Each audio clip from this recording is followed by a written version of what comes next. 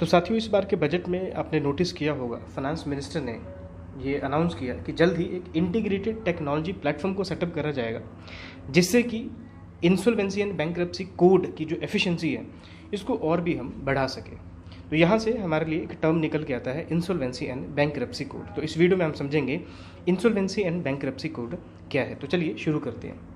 तो देखिए, सबसे पहले इंसॉल्वेंसी एंड बैंक्रप्सी कोड 2016 का जो ये कानून है, इसको समझने से पहले ये जो कानून है ये दो शब्दों से मिलकर बना है, इंसॉल्वेंसी एंड बैंक्रप्सी। तो पहले तो इन दोनों शब्दों को समझें, फिर उसके बाद इस कोड के क्या क्या प्रोविजंस हैं उस पर नज़र डालेंगे। देखिए, सबसे पहले इंसॉल्वेंसी क्या है। तो देखिए, इंसॉल्वेंसी एक ऐसी सिचुएशन है जब एक डेटर जो पैसा देने वाला है उसके पास इतना एसेट है ही नहीं कि वो अपना पैसा जो है वो चुका सके। ठीक है, ऐसी जो सिचुएशन है इसको क्या कहते हैं, इसको हम इंसॉल्वेंसी कहते हैं। इसी सिचुएशन को अगर कोर्ट ये डिक्लेयर कर दे कि कोई पर्सन अब इंसॉल्वेंट हो चुका है, तो उस पर्सन के लिए हम टर्म इस्तेमाल करते हैं बैंकरप्ट। ठीक है, तो बेसिकली इंसॉल्वेंसी जो है, कोर्ट के द्वारा अभी तक ऑर्डर नहीं दिया गया कि ये पर्सन जो है इंसॉल्वेंट हो चुका है। कोर्ट जब ऑर्डर दे देगा तो वो बैंकरप्ट हो जाएगा।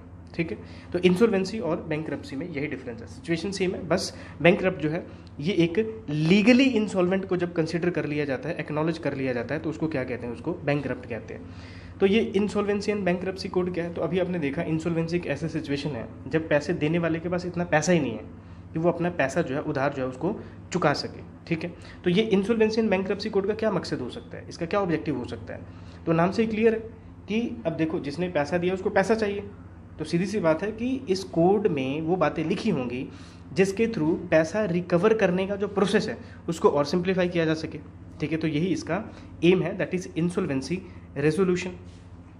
अब हम देखते हैं साथियों, इस कोड के इंपॉर्टेंट प्रोविजंस क्या है, इंसॉल्वेंसी का जो ये प्रोसेस है इसको कैसे फुलफिल किया जाएगा, इसको कैसे कंप्लीट किया जाएगा। तो देखिए, सबसे पहले इंसॉल्वेंसी प्रोसेस। तो ये इंसॉल्वेंसी प्रोसेस की शुरुआत कौन करेगा। तो देखो, इसकी शुरुआत कोई भी कर सकता है। जिसने पैसा दिया है, जो क्रेडिटर है, वो भी शुरू कर सकता है, और जिसने पैसा लिया है, डेटर, वो भी शुरू कर सकता है। अब आप सोचोगे कि ये दोनों कैसे कर सकते हैं। देखो, क्रेडिटर इसलिए शुरू करेगा क्योंकि उसको पता चल गया कि जिसने पैसा लिया है वो पैसा दे नहीं पाएगा, तो जितनी उसके पास प्रॉपर्टी बची है, जितना भी एसेट बचा है, कम से कम उसको तो एक्वायर कर लें। डेटर जो है वो इसलिए इंसॉल्वेंसी प्रोसेस की शुरुआत करवा सकता है क्योंकि उसको ऐसा लगता है कि अभी उसके पास पैसा नहीं है, लेकिन फ्यूचर में उसके पास पैसा आ सकता है, तो इसलिए वो भी इंसॉल्वेंसी प्रोसेस की शुरुआत कर सकता है, ताकि ये जो रेजोल्यूशन का प्लान है इस पे एक स्टॉल लगा सके, इस पे एक रोक लगाया जा सके। अच्छा, इंसॉल्वेंसी प्रोसेस की जब शुरुआत करने की जब हम बात कर रहे हैं, तो अभी देखा आपने कि क्रेडिटर बेस की शुरुआत कर सकता है, डेटर बेस की शुरुआत कर सकता है। तो ये कैसे होगी शुरुआत, कहाँ जाएंगे ये। तो ये जाएंगे साथियों एडजुडिकेशन अथॉरिटी के पास में, और ये जो एडजुडिकेटिंग अथॉरिटी है इस कॉन्टेक्स्ट में, इस कोड के अकॉर्डिंगली, वो है नेशनल कंपनी लॉ ट्राइब्यूनल। ठीक है, तो ये भी पेपर में क्वेश्चन आ सकता है कि आईबीसी कोड के अकॉर्डिंगली जो इंसॉल्वेंसी प्रोसेस को डील करने की जो अथॉरिटी दी गई है वो किसको दी गई है, नेशनल कंपनी लॉ ट्रिब्यूनल को दी गई है। दूसरा पॉइंट हम देखते हैं साथियों, टाइम, कितने टाइम के भीतर ये जो इंसॉल्वेंसी प्रोसेस है इसको खत्म करने की बात की गई है। तो देखिए, डिपेंड करता है किस कंपनी की बात करें। अगर स्मॉलर कंपनीज हैं तो उस कॉन्टेक्स्ट में अगर उनका टर्नओवर कम से कम 1 करोड़ तक का है, तो इस पूरे प्रोसेस को खत्म करने की जो रिस्पॉन्सिबिलिटी है नेशनल कंपनी लॉ ट्रिब्यूनल की, वो 90 डेज है। इसको एक्सटेंड किया जा सकता है फॉर फर्दर 45 डेज। ठीक है, दूसरी कंपनीज की अगर हम बात करें, बड़ी कंपनीज की बात करें, तो जो टाइम पीरियड है वो 180 डेज है। इसको एक्सटेंड किया जा सकता है अगर क्रेडिटर्स 66% क्रेडिटर्स, अब देखो जो क्रेडिटर्स हैं, एक जो कंपनी है, अब ऐसा तो है नहीं कि एक ही बैंक से वो लोन लेगा, बहुत सारे बैंकों से लोन ले सकता है। तो जितने लोगों ने इसको पैसा दिया है उसके अगर 66% लोगों को अगर कोई भी एतराज़ नहीं है, तो 180 दिन से भी ज़्यादा इसको एक्सटेंड किया जा सकता है। ठीक है, तो एक ये भी आपने याद रखना है। दूसरा, अगर मान लीजिए कि ये डेट रेजोल्यूशन जो है, अगर ये सफल नहीं हो पाता है, ये जो प्लान है, जो इंसॉल्वेंसी प्लान है, अगर ये सफल नहीं हो पाता है, तो ऐसे सिचुएशन में क्या होगा। तो ऐसे सिचुएशन में साथियों क्या होगा, लिक्विडेशन। तो जो कंपनी जो कि पैसा देने वाले हैं उसकी कंपनी को फिर बेचा जाएगा, उसके बाद जितने एसेट है उसको बेच दिया जाएगा और पैसे को रिकवर किया जाएगा। इसके अलावा अगर हम बात करें तो ये रेजोल्यूशन प्रोफेशनल कौन होते हैं। देखो, ये जितने भी ये हाईलाइटेड पॉइंट्स हैं अभी हमने देखा, जो अभी हम देखने जा रहे हैं, ये सभी आईपीसी जो कोड है आपका, इंसॉल्वेंसी एंड बैंक्रप्सी कोड है, उन सभी के ही प्रोविजंस हैं। तो इसमें रेजोल्यूशन प्रोफेशनल की बात की है, तो रेजोल्यूशन प्रोफेशनल कौन से हैं, तो ये ऐसे इंडिविजुअल है जिनको ये टास्क सौंपा जाएगा कि जिसने पैसा देना है, जो डेटर है, उसके पास कितना एसेट है, वो कैसे काम कर रहा है, सभी उसका जो बायोडेटा है ये रेजोल्यूशन प्रोफेशनल जो है ये कलेक्ट करेगा। ठीक है, तो इनको कॉन्स्टिट्यूट कौन करता है, इनका गठन कौन करता है, तो इनका गठन करता है साथियों कमेटी ऑफ क्रेडिटर्स। ठीक है, तो ये कमेटी ऑफ क्रेडिटर कौन है, जितने लोगों ने पैसा दिया है उन सभी की जो टीम है उसको हम कमेटी ऑफ क्रेडिटर कहेंगे। फिर रेजोल्यूशन प्लान क्या है, तो रेजोल्यूशन प्लान साथियों यही है कि जो डेटर है वो कैसे कैसे पैसा चुका सकता है। ठीक है, उसको एक ऑप्शन दिया जाए, उसी को हम क्या कहते हैं, रेजोल्यूशन प्लान कहते हैं। इस कोड की क्या, इस कोड में किसी ऑफेंसेस की बात की गई है, तो बिल्कुल ऑफेंसेस की बात की गई है। तो जो डेटर है उसकी कौन कौन सी एक्टिविटीज़ को ऑफेंस कंसिडर किया जा सकता है, तो देखिए सबसे पहले कंसीलमेंट ऑफ प्रॉपर्टी, तो उसके पास जितनी प्रॉपर्टीज़ है उन सभी का उसने इन्फॉर्मेशन जब वो प्रोवाइड नहीं किया, कुछ को उसने छुपा लिया इन्फॉर्मेशन, तो ये भी एक ऑफेंस होगा। फिर at the same time defrauded creditors, किस कॉन्टेक्स्ट में, ट्रांजैक्शन के कॉन्टेक्स्ट में, तो वो ट्रांजैक्शन जो है जैसे मान लो उसके पास पैसे हैं, ठीक है, वो क्रेडिटर से बचने के लिए किसी और पर्सन को पैसा दे देता है और इस तरीके से वो क्रेडिटर को गुमराह करने की कोशिश करता है, तो इसको भी हम ऑफेंस कंसिडर करेंगे।